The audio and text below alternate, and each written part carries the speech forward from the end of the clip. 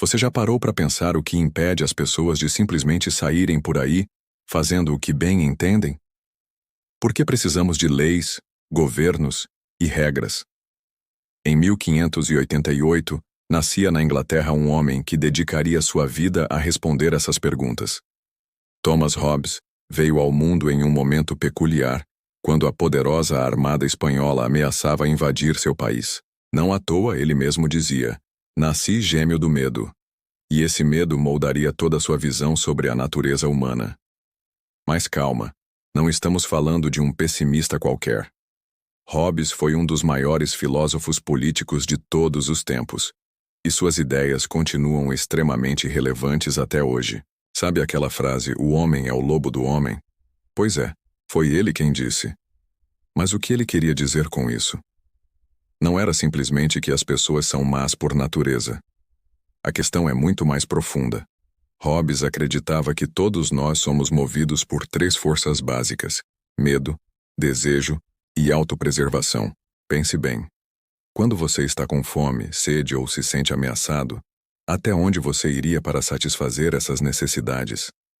Em um mundo sem leis, sem governo, sem regras, o que Hobbes chamava de estado de natureza, cada pessoa seria livre para fazer absolutamente tudo o que quisesse. Parece ótimo, não é? Mas há um problema. Todos teriam esse mesmo direito. Imagina só. Se você tem algo que eu quero, o que me impediria de simplesmente pegar à força? E se você tem o mesmo pensamento sobre algo que eu tenho? É aí que está o ponto central da teoria de Hobbes. Sem um poder que nos controle, viveríamos em constante estado de guerra, não por sermos essencialmente maus, mas porque nossos instintos naturais de sobrevivência e desejo nos levariam inevitavelmente ao conflito. É por isso que, segundo Hobbes, concordamos em abrir mão de parte de nossa liberdade em troca de segurança. Aceitamos viver sob leis e governo não porque somos bonzinhos, mas porque temos medo do que aconteceria se não houvesse nada nos controlando. Polêmico? Sim. Mas olhe ao seu redor. Por que respeitamos sinais de trânsito? Por que pagamos pelo que compramos, em vez de simplesmente pegar?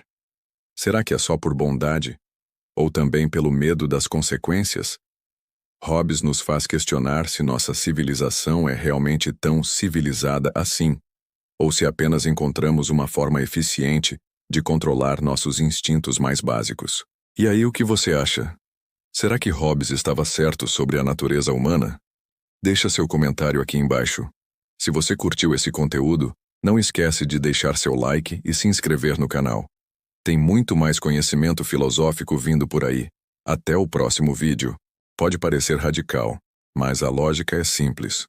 O medo, sim, aquele mesmo medo que nos fez buscar proteção, é o que mantém tudo funcionando. Como dizia Hobbes, o medo é o motor da obediência. O mais fascinante é que Hobbes não estava sonhando com um mundo perfeito. Ele era extremamente realista. Não esperava que as pessoas fossem naturalmente boas ou virtuosas. Só queria que fossem controladas.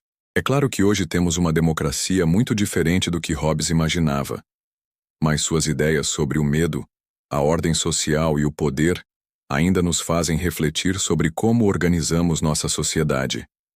E aí, o que você acha dessa teoria? Será que o medo realmente é o que nos mantém civilizados? Deixa seu comentário aqui embaixo com sua opinião. Se você gostou desse conteúdo, não esquece de deixar seu like e se inscrever no canal. Ativa o sininho também para não perder os próximos vídeos sobre filosofia política. Até a próxima. Você já parou para pensar por que obedecemos às leis? Por que aceitamos que alguém nos governe? Hoje vamos falar sobre uma ideia fascinante do filósofo Thomas Hobbes que explica exatamente isso. Imagine só. Há muito tempo atrás, os seres humanos viviam em um estado natural, sem leis, sem governo, cada um por si. Parece libertador, não é mesmo? Mas Hobbes tinha uma visão bem diferente. Para ele, essa liberdade total era, na verdade, um pesadelo.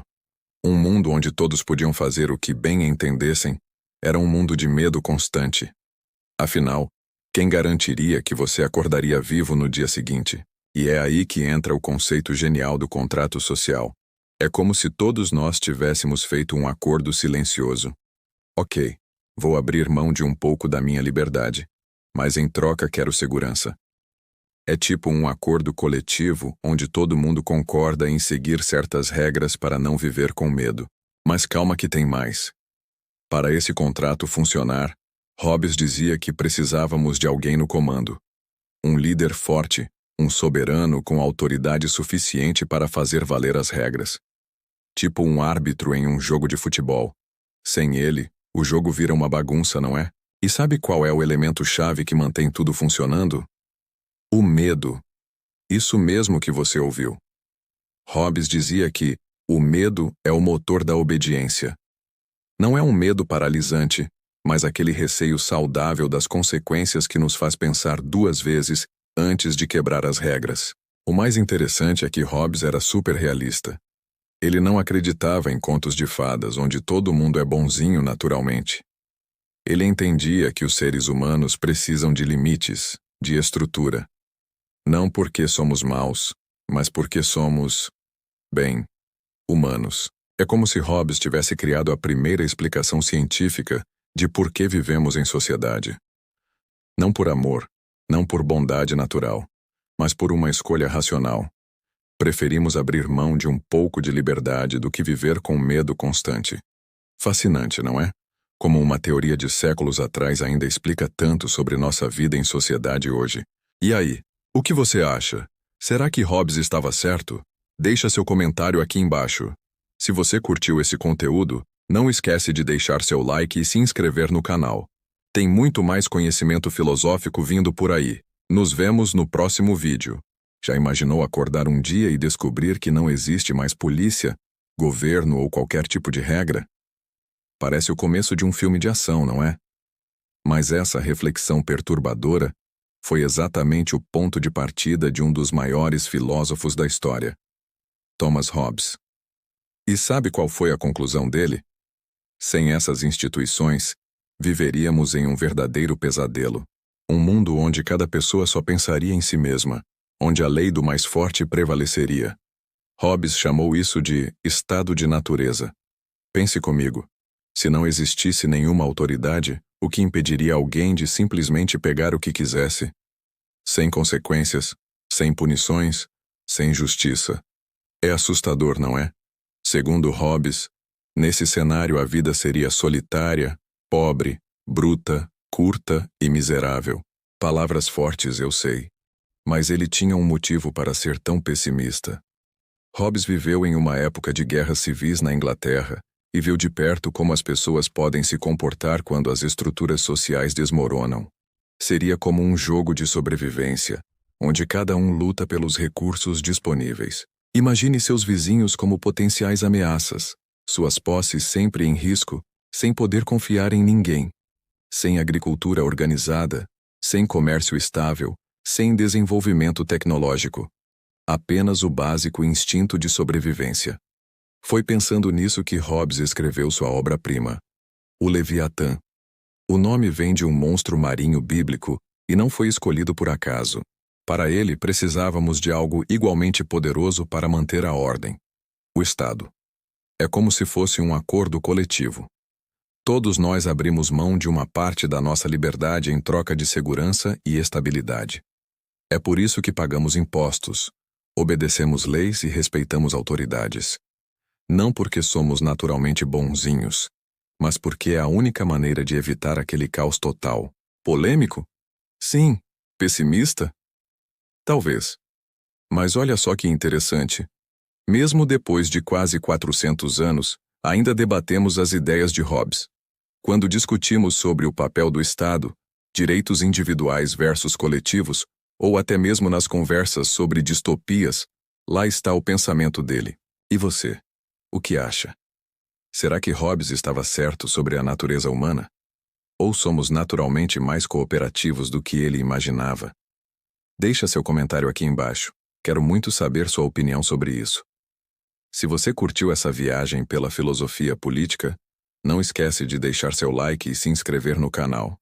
Tem muito mais conteúdo interessante vindo por aí. Ativa o sininho também para não perder nenhum vídeo novo. Aqui a gente prova que filosofia não precisa ser chata ou difícil de entender.